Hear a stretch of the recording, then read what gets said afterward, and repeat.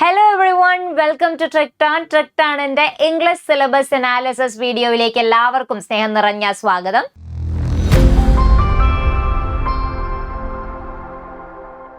നമ്മൾ ഇന്ന് ഡിസ്കസ് ചെയ്യാൻ പോകുന്നത് ഡിഗ്രി പ്രിലിംസ് മെയിൻസ് പരീക്ഷകളുടെ ഇംഗ്ലീഷ് സിലബസിന്റെ ഡീകോഡിംഗ് ആണ്.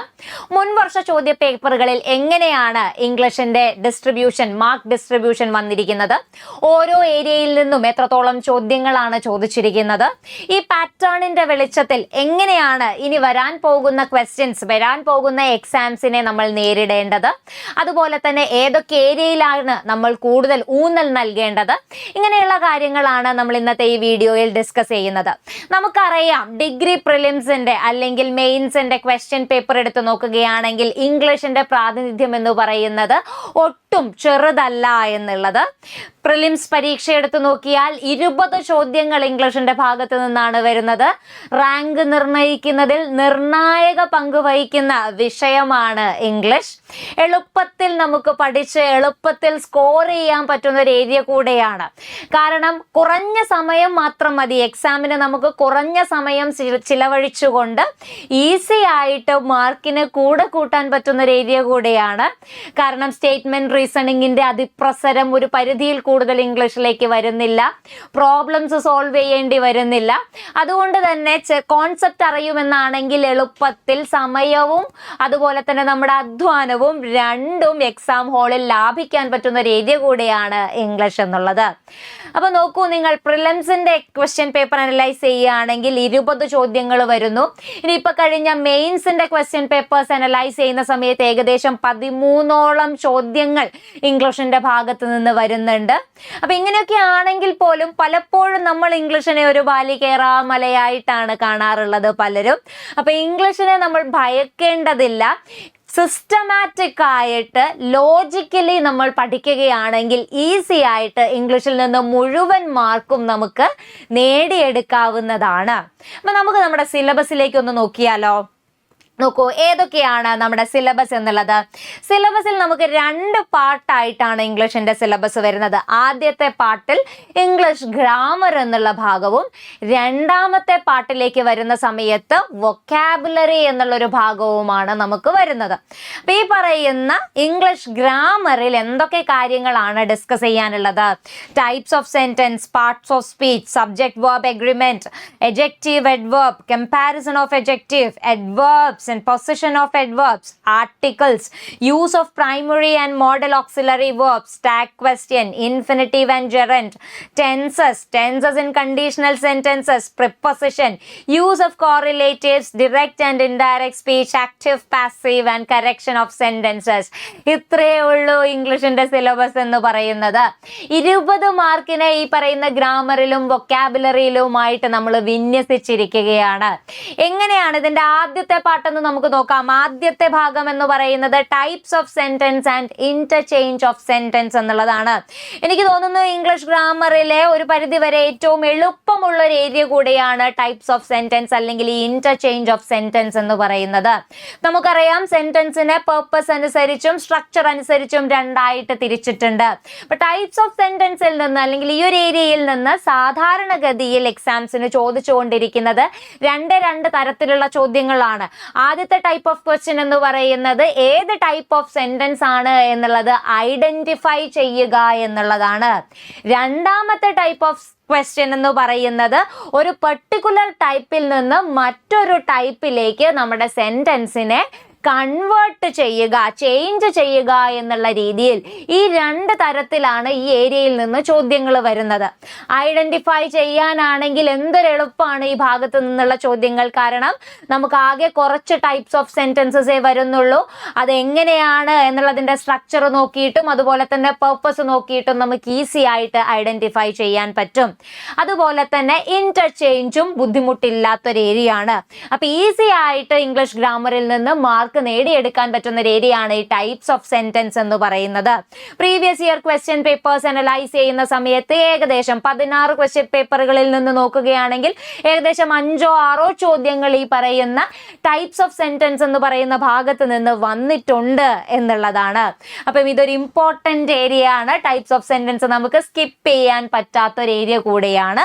പക്ഷേ കമ്പാരിറ്റീവ്ലി വലിയ ബുദ്ധിമുട്ടില്ലാതെ ഈസി ആയിട്ട് നമുക്ക് ഈ ഏരിയയിൽ നിന്ന് വരുന്ന മാർക്കിനെ നമ്മുടെ കൂടെ കൂട്ടാൻ പറ്റുന്ന ഒരു ഏരിയ കൂടെയാണ് എന്നുള്ളതാണ്. ഓക്കെ, ടൈപ്സ് ഓഫ് സെന്റൻസ് കഴിഞ്ഞാൽ പിന്നീട് വരുന്ന ആളെന്ന് പറയുന്നത് ആരാണ്? പാർട്സ് ഓഫ് സ്പീച്ച് ആണ്. അപ്പോൾ പാർട്സ് ഓഫ് സ്പീച്ചിലേക്ക് നോക്കുന്ന സമയത്ത് ഒരുപാട് ചോദ്യങ്ങൾ ഈ ഒരു ഏരിയയിൽ നിന്ന് വന്നിട്ടുണ്ട്. അപ്പോൾ ഡിഫറെന്റ് പാർട്സ് ഓഫ് സ്പീച്ച് എന്നുള്ളതും അതുപോലെ തന്നെ അതുമായി ബന്ധപ്പെട്ട ഏരിയയെ ഞാൻ ഇവിടെ ഒരുമിച്ച് വെച്ചിരിക്കുകയാണ്. അപ്പോൾ ഇവിടെ ഏറ്റവും കൂടുതൽ ചോദ്യങ്ങൾ ചോദിച്ചിട്ടുള്ള ഒരു ഏരിയ എന്ന് പറയുന്നത് കമ്പാരിസൺ ഓഫ് അഡ്ജക്റ്റീവ് എന്ന് പറയുന്ന ഭാഗത്ത് നിന്നാണ്. ഏകദേശം 16 ക്വസ്റ്റ്യൻ പേപ്പറിൽ ഉണ്ടെങ്കിൽ 8 ചോദ്യങ്ങളോളം ഈ ഒരു ഏരിയയിൽ നിന്ന് വന്നിട്ടുണ്ട് എന്ന് നമുക്ക് പറയാൻ പറ്റും. അതായത് 50% ക്വസ്റ്റ്യൻ പേപ്പറുകളിലും ഈ ഒരു ഏരിയയിൽ നിന്ന് ചോദ്യങ്ങൾ വന്നിട്ടുണ്ട്. അപ്പോൾ പാർട്സ് ഓഫ് സ്പീച്ചിൽ നിന്ന് ഏകദേശം 10ഓളം ചോദ്യങ്ങൾ നമുക്ക് പാർട്സ് ഓഫ് സ്പീച്ചിന്റെ ഏരിയയിൽ നിന്ന് കാണാൻ സാധിക്കും എന്നുള്ളതാണ്. അപ്പോൾ നമുക്കറിയാം ഇതിൽ ഏറ്റവും കൂടുതൽ ഇമ്പോർട്ടൻസ് കൊടുക്കേണ്ടത് comparison of adjectives, degrees of comparison അല്ലേ. അപ്പോൾ സൂപ്പർലേറ്റീവ് ടേംസും പോസിറ്റീവ് ടേംസും കമ്പാരിറ്റീവ് ടേംസും ഇതുപോലെയുള്ള കാര്യങ്ങൾ കുറച്ച് സീരിയസ് ആയിട്ട് ഈ ഒരു ഏരിയയിൽ നിന്ന് പഠിക്കേണ്ടതുണ്ട്. കാരണം റിപ്പീറ്റഡ് പാറ്റേണിൽ പ്രീവിയസ് ഇയർ ക്വസ്റ്റ്യൻ പേപ്പറിൽ ഈ ഒരു ഏരിയയിൽ നിന്ന് ചോദ്യങ്ങൾ കാണാൻ സാധിച്ചിട്ടുണ്ട് എന്നുള്ളതാണ്. അത് വിചാരിച്ചപ്പോൾ നമ്മൾ വിചാരിക്കും ബാക്കിയുള്ള പാർട്സ് ഓഫ് സ്പീച്ച് ഒന്നും ഡിസ്കസ് ചെയ്യണ്ടേ എന്നുള്ളത്. പാർട്സ് ഓഫ് സ്പീച്ച് എന്ന് പറയുന്നത് എനിക്ക് തോന്നുന്നു ഇറ്റ്സ് എ ബിൽഡിംഗ് ബ്ലോക്ക് ആണ്, അല്ലെങ്കിൽ ഒരു ഫൗണ്ടേഷൻ ആണ്. ഗ്രാമറിന്റെ എൻറ്റയർ സൂപ്പർ സ്ട്രക്ചർ ബിൽഡ് ചെയ്യുന്നത് ഈ പറയുന്ന പാർട്സ് ഓഫ് സ്പീച്ച് എന്ന് പറയുന്ന ഏരിയയിൽ നിന്നാണ്. കൺഫ്യൂഷൻ ഓഫ് എഡ്ജക്റ്റീവ് ആൻഡ് അഡ്വേർബിൽ നിന്ന് 1-2 ചോദ്യങ്ങൾ വന്നിട്ടുണ്ട്. അഡ്വേർബ്സ് ആൻഡ് പൊസിഷൻ ഓഫ് അഡ്വേർബ്സിൽ നിന്നും ഒരു ചോദ്യം വന്നിട്ടുണ്ട്. അപ്പം ഇത്തരം ഈ ഒരു ഏരിയ പാർട്സ് ഓഫ് സ്പീച്ചിന്റെ ഏരിയ നമുക്ക് പഠിച്ചു കഴിഞ്ഞാൽ ക്വസ്റ്റ്യൻസ് എളുപ്പമായിട്ട് ബാക്കിയുള്ള ഏരിയ കൂടെ നമുക്ക് കവർ ചെയ്യാൻ എളുപ്പമായിരിക്കും എന്നുള്ളത് കൂടെ വളരെ ഇമ്പോർട്ടൻ്റ് ആയിട്ടുള്ളൊരു കാര്യമാണ്. ഓക്കെ, ഇനി അടുത്ത ഏരിയ എന്ന് പറയുന്നത് സബ്ജക്റ്റ് വെർബ് എഗ്രിമെന്റ് ആണ്. എനിക്ക് തോന്നുന്നു ഈ പറയുന്ന ഏത് ക്വസ്റ്റ്യൻ പേപ്പർ എടുത്തു നോക്കിയാലും ഒരു ചോദ്യമെങ്കിലും ഈ പറയുന്ന സബ്ജക്റ്റ് വെർബ് എഗ്രിമെന്റ് എന്ന് പറയുന്ന ഭാഗത്ത് നിന്ന് നമുക്ക് കാണാൻ സാധിക്കും.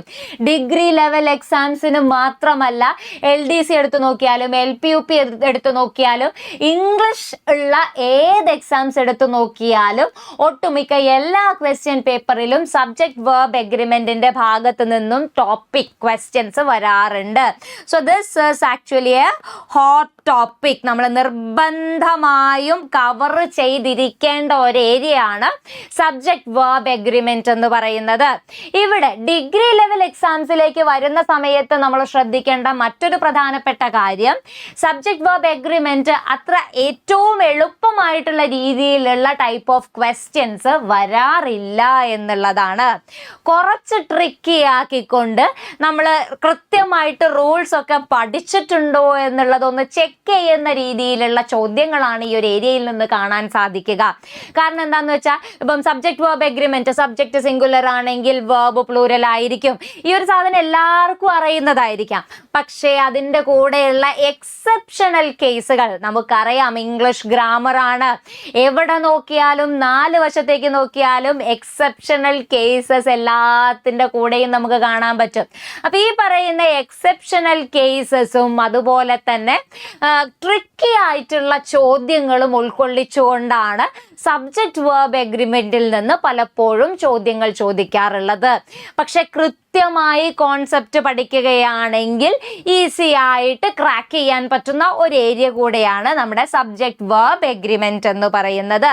അപ്പോൾ ഈ പറയുന്ന സബ്ജക്റ്റ് വെർബ് എഗ്രിമെന്റിൽ നിന്ന് ഒരുപാട് ചോദ്യങ്ങൾ 13ഓളം, ഇപ്പൊ 16 ക്വസ്റ്റ്യൻ പേപ്പർ എടുക്കുകയാണെങ്കിൽ 13 ക്വസ്റ്റ്യൻ പേപ്പറിലും നമുക്ക് ഈ സബ്ജക്ട് വെർബ് എഗ്രിമെന്റിൽ നിന്നുള്ള ചോദ്യങ്ങൾ കാണാൻ പറ്റും എന്നുള്ളതാണ്.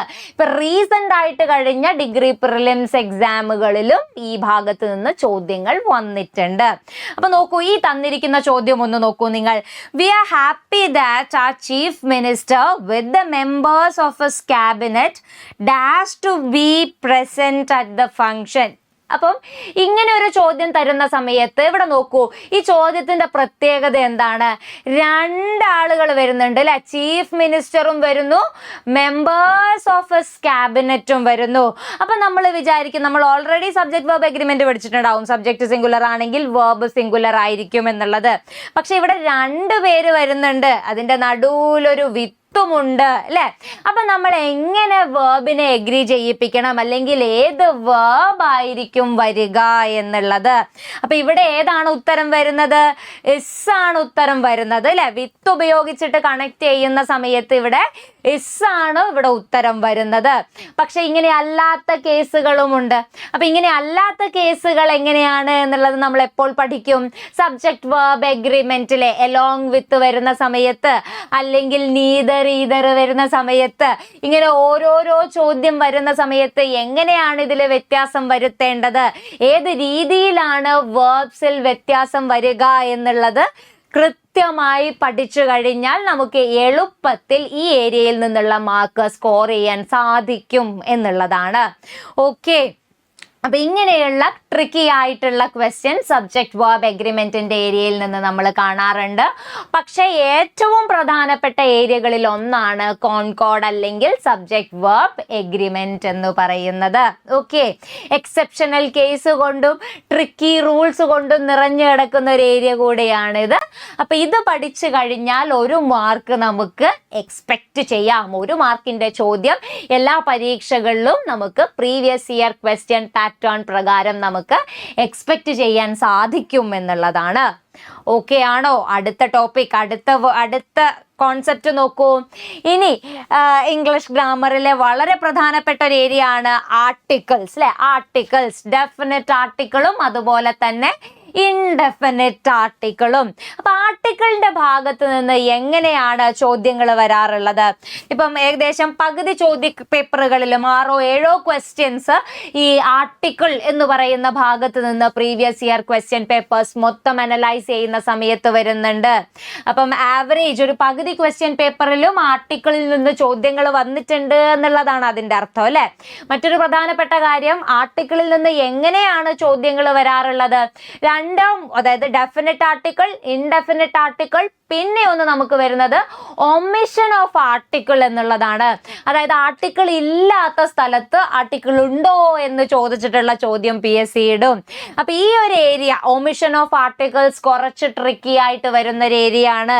അതേപോലെ തന്നെ ട്രിക്കി ആയിട്ടുള്ള ഒരു കാര്യമാണ് ഇൻഡെഫിനിറ്റ് ആർട്ടിക്കിൾ ആയിട്ടുള്ള എയും ആനും എവിടെ ഉപയോഗിക്കണം എന്നുള്ളത്. അപ്പൊ ബേസിക് ആയിട്ട് നമ്മൾ പഠിക്കുകയാണ്, എ എന്ന് പറയുന്നത് കൺസണന്റ് സൗണ്ട്സിന്റെ കൂടെയും ആൻ എന്ന് പറയുന്നത് വവൽ സൗണ്ട്സിന്റെ കൂടെയും ഉപയോഗിക്കുന്നു എന്ന് നമ്മൾ പഠിക്കുന്നു. അത്രമാത്രം പഠിച്ചു പോയ ആൾക്ക് എല്ലാ ചോദ്യങ്ങളും കൃത്യമായിട്ട് അറ്റൻഡ് ചെയ്യാൻ പറ്റിക്കൊള്ളണം എന്നില്ല. ഇതൊരു പ്രീവിയസ് ഇയർ ക്വസ്റ്റ്യൻ ആണ്. 1-eyed man എന്നുള്ള ഒരു ചോദ്യം വരുന്നു. ഇതിന്റെ ഈ 1-eyed man എന്ന് പറയുന്ന വേർഡിന്റെ മുന്നിൽ നമുക്ക് ഏത് കൊടുക്കാൻ പറ്റും? എ കൊടുക്കാൻ പറ്റുമോ? ഇല്ലെങ്കിൽ ആൻ ആണോ കൊടുക്കേണ്ടത്, ദ ആണോ കൊടുക്കേണ്ടത്, നോ ആർട്ടിക്കിൾ ആണോ കൊടുക്കേണ്ടത് എന്നുള്ള രീതിയിൽ ചോദ്യം വരുന്നു. പക്ഷെ ഇവിടെ പലപ്പോഴും ഈ പറയുന്ന റൂള് മാത്രം പഠിച്ചു പോയൊരു വ്യക്തിയാണെന്ന് വിചാരിക്കുക. കൃത്യമായിട്ട് സൗണ്ട്സും ലെറ്ററും തമ്മിലുള്ള ഡിഫറൻസ് പഠിക്കാത്ത പോയ വ്യക്തിയാണെങ്കിൽ ഈ ഉത്തരം തെറ്റാനുള്ള സാധ്യതയുണ്ട്. കാരണം ഇവിടെ ഉത്തരം വരുന്നത് one-eyed man എന്നുള്ളതാണ്.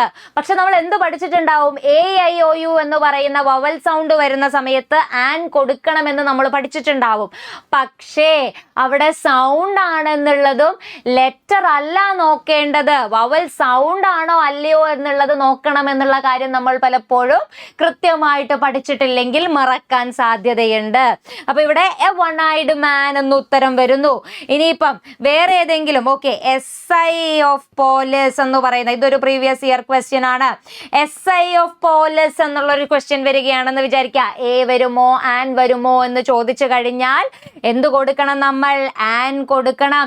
എസ് എന്ന് പറയുന്ന ലെറ്റർ കാണുന്ന സമയത്ത് നമ്മൾ എന്ത് വിചാരിക്കാൻ സാധ്യതയുണ്ട്? ചിലപ്പോൾ അത് കോൺസണന്റ് ആണോ എന്ന് വിചാരിക്കാൻ സാധ്യതയുണ്ട്. പക്ഷേ എസ് എന്ന സൗണ്ട് ഏത് സൗണ്ടിലാണ്? എ എന്ന് പറയുന്ന സൗണ്ടിലാണ് അത് സ്റ്റാർട്ട് ചെയ്യുന്നത്.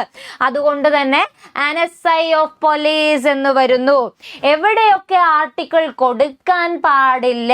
അപ്പൊ പെരിഫറൽ ആയിട്ടുള്ള ഒരു നോളേജിനപ്പുറത്തേക്ക് കൃത്യമായി ചോദ്യങ്ങൾ എക്സാമ്പിളുകൾ സഹിതം വർക്ക്ഔട്ട് ചെയ്യുകയാണെങ്കിൽ ഈ ഒരു ഏരിയ, ആർട്ടിക്കിൾസിന്റെ ഏരിയ നമുക്ക് ഈസി ആയിട്ട് ക്രാക്ക് ചെയ്യാൻ പറ്റുമെന്നുള്ളതാണ്.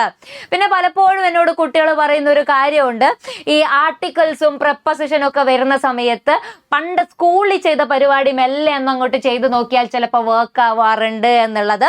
ജസ്റ്റ് ഇങ്ങനെ വായിച്ചു നോക്കുന്നു. The delegation travelled by a air, an air, no article വരാത്ത സുഖമില്ല, ദ എയർ എന്നൊക്കെ പറഞ്ഞിട്ട് ഫ്ലോ വരുന്നത് പോലെ വെറുതെ വായിച്ചു വിടുന്നു.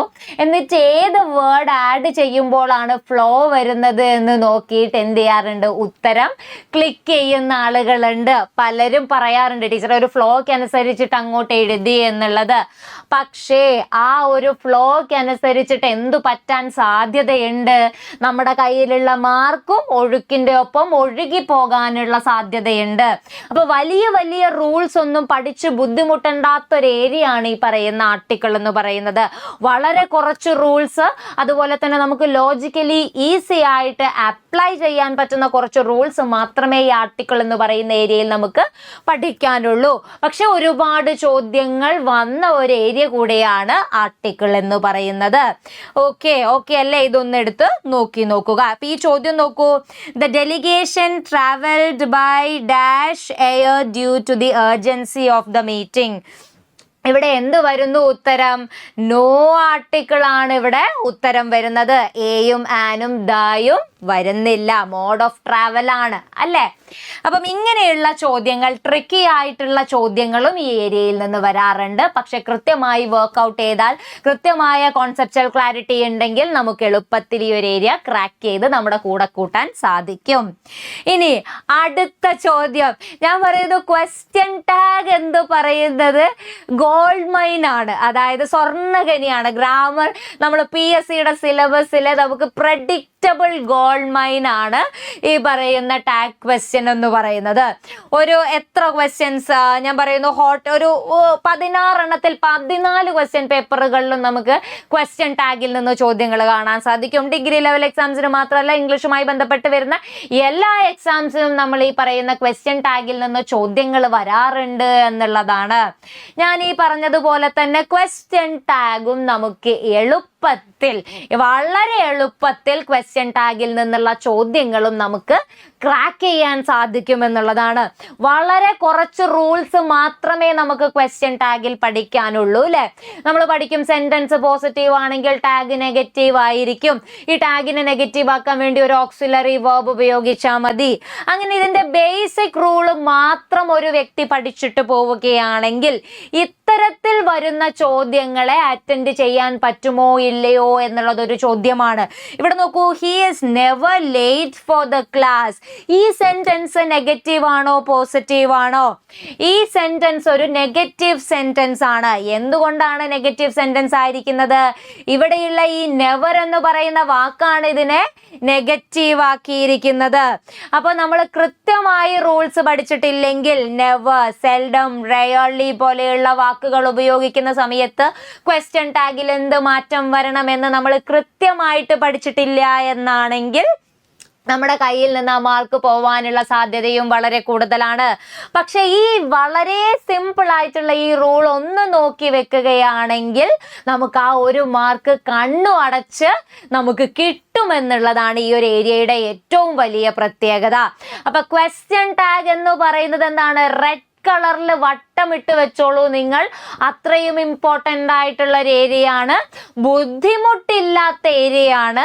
കുറച്ച് റൂൾസ് ഒന്ന് നമ്മൾ വർക്ക്ഔട്ട് ചെയ്യുകയാണെങ്കിൽ, കുറച്ച് പ്രാക്ടീസ് ചെയ്യുകയാണെങ്കിൽ നമുക്ക് ഈസി ആയിട്ട് പഠിക്കാൻ പറ്റുന്ന ഒരു ഏരിയ കൂടെയാണ് ഈ ടാഗ് ക്വസ്റ്റ്യൻസ് അല്ലെങ്കിൽ ക്വസ്റ്റ്യൻ ടാഗ് എന്ന് പറയുന്ന ഏരിയ.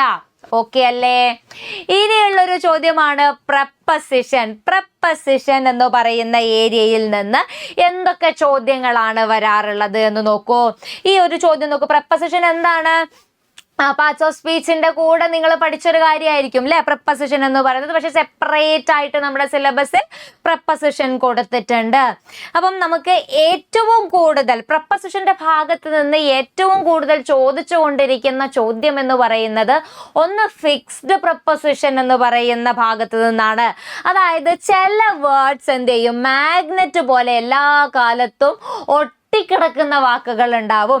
അപ്പൊ ഈ ഫിക്സ്ഡ് പ്രിപ്പസിഷൻ എന്ന് പറയുന്ന ഭാഗത്ത് നിന്ന് ചോദ്യങ്ങൾ വരാറുണ്ട്.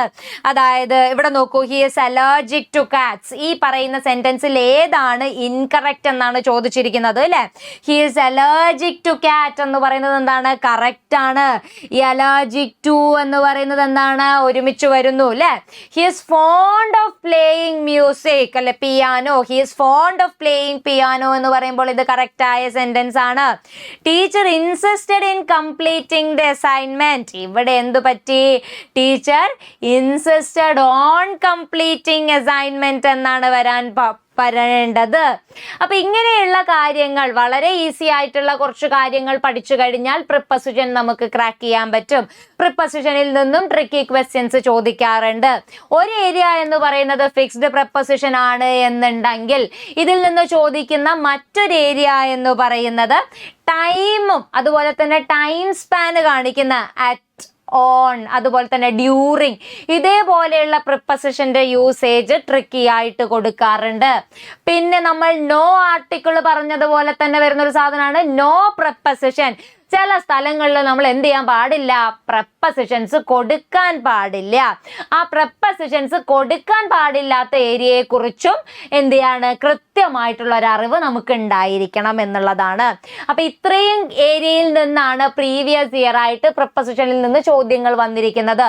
ഏകദേശം 11ഓളം ചോദ്യങ്ങൾ, അതായത് 11ഓളം ക്വസ്റ്റ്യൻ പേപ്പറുകളിൽ പ്രപ്പസിഷനിൽ നിന്ന് ചോദ്യങ്ങൾ വന്നിട്ടുണ്ട് എന്നുള്ളതാണ്. ഇത് വളരെ ഇമ്പോർട്ടൻ്റ് ആയിട്ടുള്ളൊരു ഫാക്റ്റ് ആണ്. ഇനി ഞാൻ പറയാണ്, വൺ ഓഫ് ദി എന്താ പറയാ major topics in English grammar. English ഗ്രാമറിലെ കിരീടം വെക്കാത്ത രാജാവ് എന്നൊക്കെ വേണമെങ്കിൽ നമുക്ക് പറയാൻ പറ്റുന്ന ഒരാളാണ് ടെൻസ് എന്ന് പറയുന്നത്. എടാ, ടെൻസിൽ നിന്ന് എല്ലാ ക്വസ്റ്റ്യൻ പേപ്പറുകളിലും ഒരു ചോദ്യമെങ്കിലും നമുക്ക് കാണാൻ സാധിക്കുമെന്നുള്ളതാണ്. 99.9 ക്വസ്റ്റ്യൻ പേപ്പറുകളിലും ഡിഗ്രി ലെവൽ എക്സാംസിൽ നമുക്ക് ടെൻസിൽ നിന്നുള്ള ചോദ്യങ്ങൾ കാണാൻ സാധിക്കും എന്നുള്ളതാണ്. ടെൻസിൽ നിന്ന് പല തരത്തിൽ ചോദ്യങ്ങൾ വരുന്നുണ്ട്. ഏറ്റവും കൂടുതൽ റിപ്പീറ്റഡ് ആയിട്ട് ചോദ്യങ്ങൾ വന്നിരിക്കുന്ന ഒരു ഏരിയ കൂടെയാണ് ഈ പറയുന്ന ടെൻസ് എന്ന് പറയുന്ന ഏരിയ. ഒരു 15 ചോദ്യങ്ങൾ, 15ഓളം ചോദ്യങ്ങൾ, 16 ക്വസ്റ്റ്യൻ പേപ്പർ എടുത്താൽ 15 ചോദ്യങ്ങളും ഈ പറയുന്ന ടെൻസിന്റെ ഏരിയയിൽ നിന്ന് ഒരു ചോദ്യമെങ്കിലും ഉണ്ടാകും എന്നുള്ളതാണ്. അപ്പൊ 3 ടെൻസും പ്രസന്റ് ടെൻസിൽ നിന്ന് വരാറുണ്ട്, പാസ്റ്റിൽ നിന്ന് വരാറുണ്ട്, അതുപോലെ തന്നെ ഫ്യൂച്ചറിൽ നിന്നും, എല്ലാ ഭാഗത്ത് നിന്നും നമുക്ക് ടെൻസിന്റെ ഭാഗത്ത് നിന്നും ക്വസ്റ്റ്യൻസ് സ്ഥിരമായിട്ട് വരാറുണ്ട് എന്നുള്ളതാണ്. പക്ഷെ അതിനും ചിലപ്പോൾ ഒരു റിപ്പീറ്റഡ് പാറ്റേൺ ഉണ്ടാവാറുണ്ട് എന്നുള്ളത് ഒരു പ്രധാനപ്പെട്ട കാര്യമാണ്. ടെൻസിന്റെ ഏരിയയിൽ എവിടെ നിന്നൊക്കെയാണ് ചോദ്യങ്ങൾ വരാറുള്ളത്? സിമ്പിൾ പാസ്റ്റ് ഐഡന്റിഫൈ ചെയ്യാൻ എന്നുള്ള രീതിയിൽ ചോദ്യങ്ങൾ വരാറുണ്ട്. അതായത് ലാസ്റ്റ് നൈറ്റ്, യെസ്റ്റർഡേ പോലെയുള്ള വാക്കുകൾ കൊടുത്തിട്ട് അത് ഏത് ടെൻസ് ആണ് നമുക്ക് ഐഡന്റിഫൈ ചെയ്ത് മനസ്സിലാക്കാൻ പറ്റുന്നുണ്ടോ എന്നുള്ളത് ചെക്ക് ചെയ്യുന്ന രീതിയിലുള്ള ചോദ്യങ്ങൾ വരാറുണ്ട്. പിന്നെ അതേപോലെ തന്നെ വരുന്നൊരു ചോദ്യമാണ് ഈ പാസ്റ്റ് പെർഫെക്റ്റും സിമ്പിൾ പാസ്റ്റും ഒരുമിച്ച് വരുന്ന ടൈപ്പ് ഓഫ് ക്വസ്റ്റ്യൻസ്. ഒരു ആക്ഷൻ നടക്കുന്നു, അതിന്റെ പിന്നാലെ മറ്റൊരാക്ഷൻ നടക്കുന്നു. അപ്പോൾ അവിടെ ഏത് വേർബാണ് കൊടുക്കേണ്ടത് എന്നുള്ള രീതിയിൽ, അല്ലെങ്കിൽ സെന്റൻസ് ഇറർ കൊടുക്കുന്ന സമയത്ത് സെന്റൻസ് കറക്ഷനുകളിൽ വരാറുണ്ട്, അല്ലെങ്കിൽ ഫിൽ ഇൻ ദ ബ്ലാങ്ക്സ് ആയിട്ട് വരാറുണ്ട്. പല രീതിയിലും ടെൻസിൽ നിന്നുള്ള ചോദ്യങ്ങൾ വരാറുണ്ട് എന്നുള്ളതാണ്. ടെൻസിന്റെ മറ്റൊരു പ്രധാനപ്പെട്ട ഏരിയ ആണ് പെർഫെക്റ്റ് കണ്ടിന്യൂസ്. അതായത് സിൻസും ഫോറും വെച്ചിട്ടുള്ള items. For a long period കാണിക്കാൻ വേണ്ടിയിട്ട് നമ്മൾ ഉപയോഗിക്കുന്ന ടെൻസ് എങ്ങനെയാണ് സിൻസിലും ഫോറിലും ഡിഫറൻസ് വരുന്നത്? പെർഫെക്റ്റ് കണ്ടിന്യൂസ് ടെൻസ് വളരെ ഇമ്പോർട്ടൻ്റ് ആണ് ടെൻസിന്റെ കാര്യത്തിൽ. അപ്പൊ ടെൻസ് പഠിക്കുന്ന സമയത്ത് നമ്മൾ എല്ലാ ടെൻസും ഡിസ്കസ് ചെയ്ത് പോകണം എന്നുള്ളതാണ്. അതുപോലെ തന്നെയാണ് ടെൻസിന്റെ കാര്യത്തിൽ നമ്മൾ സിമ്പിൾ പ്രസന്റ് ടെൻസും ഹാബിച്വൽ ആക്ഷൻസ് എപ്പോഴാണ് വരുന്നത് എന്നുള്ള രീതിയിലുള്ള ചോദ്യങ്ങളും ടെൻസിന്റെ ഭാഗത്ത് നിന്ന് വരാറുണ്ട്. അപ്പൊ ടെൻസ് നമ്മൾ എന്ത് ചെയ്യണം? മുഴുവൻ അരച്ച് കലക്കി കുടിക്കണം. ടെൻസ് പഠിക്കാൻ നമുക്ക് ഇഷ്ടം പോലെ കോഡുകളുണ്ട്. നമ്മൾ ഒന്നിരുന്ന് കഴിഞ്ഞാൽ നമുക്ക് വളരെ എളുപ്പത്തിൽ ടെൻസിനെ നമ്മുടെ ഉള്ളം കയ്യിലാക്കാൻ പറ്റുമെന്ന് നമുക്ക് പറയാം. കാരണം അത്രത്തോളം എളുപ്പമുള്ള ഒരു ഏരിയ ആണ്. അതുപോലെ തന്നെ ടെൻസിന്റെ മറ്റൊരു പ്രത്യേകത, ബാക്കിയുള്ള ഏരിയ പഠിക്കാൻ വേണ്ടി ഇംഗ്ലീഷ് ഗ്രാമറിലെ ബാക്കിയുള്ള ഏരിയ പഠിക്കാൻ വേണ്ടിയിട്ടും അതിലെ തെറ്റുകൾ ഐഡന്റിഫൈ ചെയ്യാൻ വേണ്ടിയിട്ടും ഇറർ സ്പോട്ടിങ്ങിന് ഏറ്റവും കൂടുതൽ നമ്മളെ സഹായിക്കുന്ന ഗ്രാമർ പോർഷൻ എന്ന് പറയുന്നത് ടെൻസ് ആണ്. അപ്പൊ ടെൻസിനെ കുറിച്ചുള്ള ഒരു കൃത്യമായിട്ടുള്ള ധാരണ നമുക്ക് പരീക്ഷയ്ക്ക് മുന്നേ വേണം. ഒരു സെന്റൻസ് കണ്ടു കഴിഞ്ഞാൽ അത് ഏത് ടെൻസ് ആണെന്ന് നമുക്ക് പറയാൻ പറ്റണം. ആദ്യത്തെ കാര്യം. രണ്ടാമത്തെ കാര്യം, ഓരോ ടെൻസിലും ഏതൊക്കെ വേർബ് ഉപയോഗിക്കുന്നു, ഏതൊക്കെ ഓക്സിലറി വേർബ് ഉപയോഗിക്കുന്നു, എങ്ങനെയൊക്കെ ഇതിന്റെ സ്ട്രക്ചർ വരും എന്നുള്ളതിനെ കുറിച്ചിട്ടുള്ള ഒരു കൃത്യമായ ധാരണ ഡിഗ്രി ലെവൽ എക്സാം എഴുതുന്ന ഒരു PSC ആസ്പിരന്റിന് നിർബന്ധമായിട്ടും ഉണ്ടായിരിക്കണം. നമ്മൾ ഈ പറയുന്ന പ്രപ്പോസിഷൻ ചെയ്തതുപോലെ അല്ലെങ്കിൽ ആർട്ടിക്കിൾസ് ഒക്കെ വരുന്നത് പോലെ ഒഴുക്കിനനുസരിച്ച് നമുക്ക് പോകാൻ പറ്റാത്തൊരു ഏരിയ കൂടെയാണ് ടെൻസ് എന്ന് പറയുന്നത്. പലർക്കും പേടിയുള്ള ഒരു ഏരിയ കൂടിയാണ്. പക്ഷെ ടെൻസിനെ നമ്മൾ സ്നേഹത്തോടെ ഒന്ന് ഡീൽ ചെയ്ത് കഴിഞ്ഞാൽ വളരെ എളുപ്പത്തിൽ പഠിക്കാൻ പറ്റുന്ന ഒരു ഏരിയ കൂടെയാണ് ടെൻസ് എന്നുള്ളത്. അപ്പൊ ടെൻസിൽ നിന്നാണ് മൊത്തം സിലബസ് എടുത്ത് നോക്കുകയാണെങ്കിൽ എൻറ്റയർ സിലബസ്, എൻറ്റയർ ഗ്രാമറിന്റെ സിലബസിൽ ടോപ്പിക്സ് എടുത്ത് നോക്കുകയാണെങ്കിൽ ഏറ്റവും കൂടുതൽ ചോദ്യങ്ങൾ ഇന്നേ വരെ കഴിഞ്ഞ പരീക്ഷകളിൽ വന്നിരിക്കുന്ന ഭാഗം എന്ന് പറയുന്നത് ടെൻസിന്റെ ഭാഗമാണ്. ഇത് നിങ്ങൾ കൃത്യമായിട്ട് നോട്ട് ചെയ്ത് വെക്കുക. ടെൻസ് അത്രയും ഇമ്പോർട്ടൻ്റ് ആണ്. ചുവന്നതും പച്ചയും കളറിൽ നിങ്ങൾ എന്ത് ചെയ്തോളൂ, 1, 2, 3 കളറുകളിൽ വട്ടമിട്ട് വെച്ചോളൂ. ടെൻസ് അത്രയും ഇമ്പോർട്ടൻ്റ് ആയിട്ടുള്ള ഒരു ഏരിയ ആണ്. നമ്മുടെ ക്വസ്റ്റ്യനിലെ 1 മാർക്ക് നമുക്ക് കിട്ടാൻ ഏറ്റവും കൂടുതൽ ഹെൽപ്പ് ചെയ്യുന്ന ആള് ടെൻസ് ആണ്. ഒന്ന് മാത്രമല്ല, ഇറർ കറക്ഷനിലേക്ക് പോകുന്ന സമയത്തും നമ്മളെ ടെൻസ് പലപ്പോഴും സഹായിക്കാറുണ്ട് എന്നുള്ളതാണ്. ഓക്കെ. അതുപോലെ തന്നെ ടെൻസുമായിട്ട് നമ്മൾ കണക്ട് ചെയ്യുന്ന ഒരു ഏരിയ ആണ് tenses in conditional sentences. Conditional സെന്റൻസുകളിൽ, അതായത് കണ്ടീഷണൽ സെന്റൻസിൽ നമുക്ക് എന്ത് പറയാം? ഇഫ് ക്ലോസ് എന്നും കൂടെ പറയാം അല്ലെ. ഇഫ് ക്ലോസുകളിൽ എങ്ങനെയാണ് ടെൻസ് വർക്ക് ചെയ്യുന്നത്, ഓരോ ടെൻസും ഇഫ് ക്ലോസിൽ എങ്ങനെ വർക്ക് ചെയ്യുന്നു എന്നുള്ള രീതിയല്ലേ കണ്ടീഷണൽ ക്ലോസ് അല്ലെങ്കിൽ ഇഫ് ക്ലോസ് എന്നുള്ളത്. അപ്പൊ ഇഫ് ക്ലോസും എന്താണ്, വളരെയധികം പ്രധാനപ്പെട്ട ഒരു ഏരിയ ആണ്. അതായത് 8, 9, 10 മാർക്കിനുള്ള ചോദ്യങ്ങൾ ഇതുവരെ കഴിഞ്ഞ പരീക്ഷകളിൽ ഏകദേശം 9ഓളം ചോദ്യങ്ങൾ ഈ ഏരിയയിൽ നിന്ന് വന്നിട്ടുണ്ട്. അതായത് ഒരു 16 ക്വസ്റ്റ്യൻ പേപ്പറുകളിൽ 8, 9, 10 ക്വസ്റ്റ്യൻ പേപ്പറുകളിൽ ഈ ഒരു ഏരിയ കാണുന്നുണ്ട് എന്നാണെങ്കിൽ നിങ്ങൾക്ക് അറിയാം ടെൻസ്, അതായത് ഇഫ് ക്ലോസിന്റെ ഇമ്പോർട്ടൻസ് എത്രത്തോളമാണ് എന്നുള്ളത്. അപ്പം ഇഫ് ക്ലോസിൽ നിന്ന് എനിക്ക് പറയാനുള്ളൊരു കാര്യം, ഇഫ് ക്ലോസ് ഈ conditions, 0 condition, first condition, second condition എന്ന് പറഞ്ഞിട്ട് നമ്മൾ ഈ കണ്ടീഷൻസ് ഒന്ന് പഠിച്ചു കഴിഞ്ഞാൽ നമുക്ക് എളുപ്പമാണെന്ന് തോന്നും. പക്ഷേ PSC പലപ്പോഴും റീസെന്റ് ക്വസ്റ്റ്യൻ പേപ്പേഴ്സ് അനലൈസ് ചെയ്യുന്ന സമയത്ത് PSC പലപ്പോഴും ആയിട്ടുള്ള ക്വസ്റ്റ്യൻസ് ചോദിക്കുന്ന ഒരു ഏരിയ കൂടെയാണ് നമ്മുടെ ഈ പറയുന്ന ടെൻസസ് എന്ന് പറയുന്നത്. ടെൻസസിൽ ട്രിക്കി ആയിട്ട് ചോദിക്കുന്ന ഒരു സാധനം എന്ന് പറയുന്നത് നമ്മുടെ ഇൻവേർട്ടഡ് ആയിട്ട് ഇതിനെ കൊടുക്കുക എന്നുള്ളതാണ്. ഇഫ് ക്ലോസിനെ ഇൻവേർട്ടഡ് ആയിട്ട് കൊടുക്കുക. അപ്പൊ പലപ്പോഴും കുട്ടികൾ എന്ത് ചെയ്യും, കുട്ടികൾക്ക് മനസ്സിലാവാതെ പോകും ഇത് ഇഫ് ക്ലോസ് ആണ് എന്നുള്ള കാര്യം മനസ്സിലാകാതെ പോകും അല്ലെ. ഇവിടെ നോക്കൂ, ഈ താഴെ കൊടുത്തിരിക്കുന്ന ചോദ്യം നോക്കൂ, had I known I dash advised. ഇങ്ങനെ ഒരു ചോദ്യം കാണുന്ന സമയത്ത് അവിടെ ഇഫ് എന്ന് പറയുന്ന വേർഡ് ഇല്ല അല്ലെ. ഇഫ് ഇല്ലാത്തത് കൊണ്ട് പലപ്പോഴും നമ്മൾ എന്ത് വിചാരിക്കും, അയ്യോ ഇത് ഇഫ് ക്ലോസ് ആണോ എന്നുള്ളത് കുട്ടികൾക്ക് ഐഡന്റിഫൈ ചെയ്യാൻ പറ്റാതെ പോകും. അപ്പൊ നമ്മൾ എന്ത് ചെയ്യണം, ഇങ്ങനെയുള്ള കണ്ടീഷൻസും കൂടെ ഉണ്ട് എന്നുള്ളത് നമ്മൾ ഡീറ്റെയിൽ ആയിട്ട് പഠിക്കണം എന്നുള്ളതാണ് അല്ലെ. ഇഫ് ഐ ഹാഡ് നോൺ എന്നുള്ള സാധനത്തിന് പകരം had I known I dash advised, I would have advised എന്ന് പറയുന്നു. നമ്മൾ പലപ്പോഴും ഹാഡ് വന്നു കഴിഞ്ഞാൽ വുഡ് ഹാവ് വരണം എന്നുള്ള രീതിയിലായിരിക്കാം ഇഫ് ക്ലോസിന്റെ റൂള് പഠിക്കുന്നത് അല്ലെ. അപ്പൊ ഈ റൂള് പഠിക്കുന്നത്, പിന്നെ ഒരു പ്രധാനപ്പെട്ട കാര്യം എനിക്ക് നിങ്ങളോട് റൂള് പഠിക്കുന്നതുമായി ബന്ധപ്പെട്ടാണ് പറയാനുള്ളത്.